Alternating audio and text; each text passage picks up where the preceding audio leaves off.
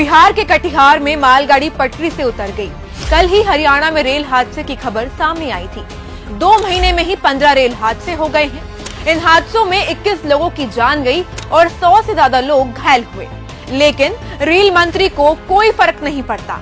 उनके हिसाब से तो ये छोटी छोटी घटनाएं हैं। विपक्ष के कांग्रेस ने एक सोची समझी तरीके से, रणनीतिक तरीके से छोटे से छोटे विषय को अपने सोशल मीडिया की ट्रोल आर्मी के जरिए से इस तरह से उठाना चालू किया।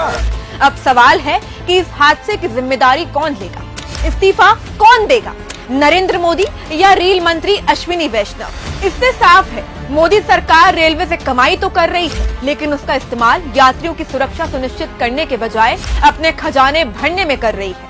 इसलिए आए दिन हादसे हो रहे हैं। बेशर्म मोदी सरकार को इन हादसों से कोई फर्क नहीं पड़ता, क्योंकि इतने हादसों के बाद भी ना तो उन्होंने इन्हें रोकने की कोशिश की है, ना किसी की जिम्मेदारी तय की और ना ही रेल मंत्री का इस्तीफा लिया। बिहार के कटिहार में मालगाड़ी पटरी से उतर गई। कल ही हरियाणा में रेल हादसे की खबर सामने आई थी।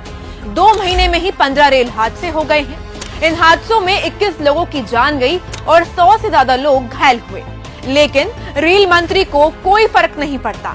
उनके हिसाब से तो ये छोटी छोटी घटनाएं हैं। विपक्ष के कांग्रेस ने एक सोची समझी तरीके से, रणनीतिक तरीके से छोटे से छोटे विषय को अपने सोशल मीडिया की ट्रोल आर्मी के जरिए से इस तरह से उठाना चालू किया।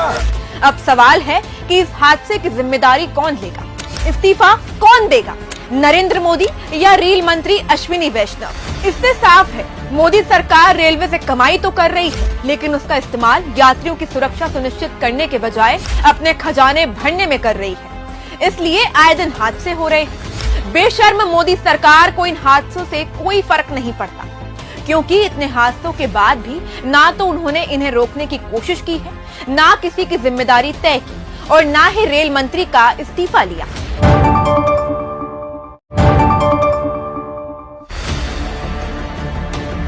बिहार के कटिहार में मालगाड़ी पटरी से उतर गई।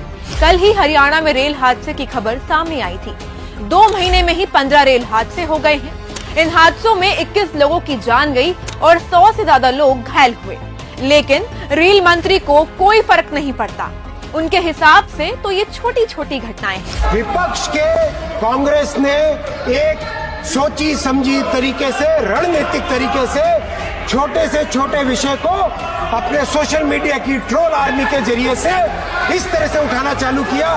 अब सवाल है कि इस हादसे की जिम्मेदारी कौन लेगा, इस्तीफा कौन देगा, नरेंद्र मोदी या रेल मंत्री अश्विनी वैष्णव। इससे साफ है मोदी सरकार रेलवे से कमाई तो कर रही है, लेकिन उसका इस्तेमाल यात्रियों की सुरक्षा सुनिश्चित करने के बजाय अपने खजाने भरने में कर रही है। इसलिए आए दिन हादसे हो रहे हैं। बेशर्म मोदी सरकार को इन हादसों से कोई फर्क नहीं पड़ता, क्योंकि इतने हादसों के बाद भी ना तो उन्होंने इन्हें रोकने की कोशिश की है, ना किसी की जिम्मेदारी तय की और ना ही रेल मंत्री का इस्तीफा लिया।